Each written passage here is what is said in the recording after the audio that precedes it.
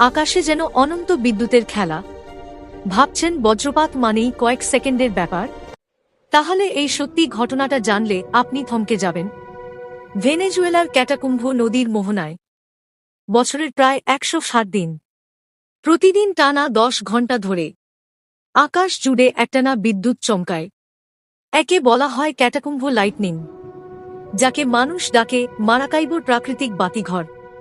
এমন অজানা কিন্তু একেবারে সত্যি ঘটনা জানতে ভালো লাগলে এখনই চ্যানেলটা সাবস্ক্রাইব করে রাখুন, কারণ সামনে আসছে আরও অবাক করা বাস্তব রহস্য। জানেন তো, এখানে প্রতি ঘন্টায় প্রায় ২৮০ বার বাজ পড়ে। এতটাই আলো হয় যে স্থানীয় মানুষরা রাতের অন্ধকারে চলাচলের জন্য এই বিদ্যুতের আলোতেই ভরসা রাখেন। কিন্তু কেন হয় এমন অবিশ্বাস্য ঘটনা?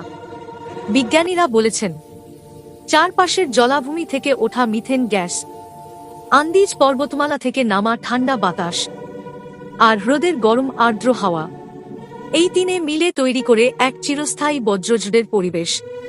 শত শত বছর ধরে নাবিকরা এই আকাশের আলো দেখেই দিক নির্ণয় করে এসেছেন। আর তাই নাসা একে ঘোষণা করেছে পৃথিবীর লাইটনিং ক্যাপিটাল। প্রকৃতি কি সত্যিই সবচেয়ে বড় জাদুকর নয়?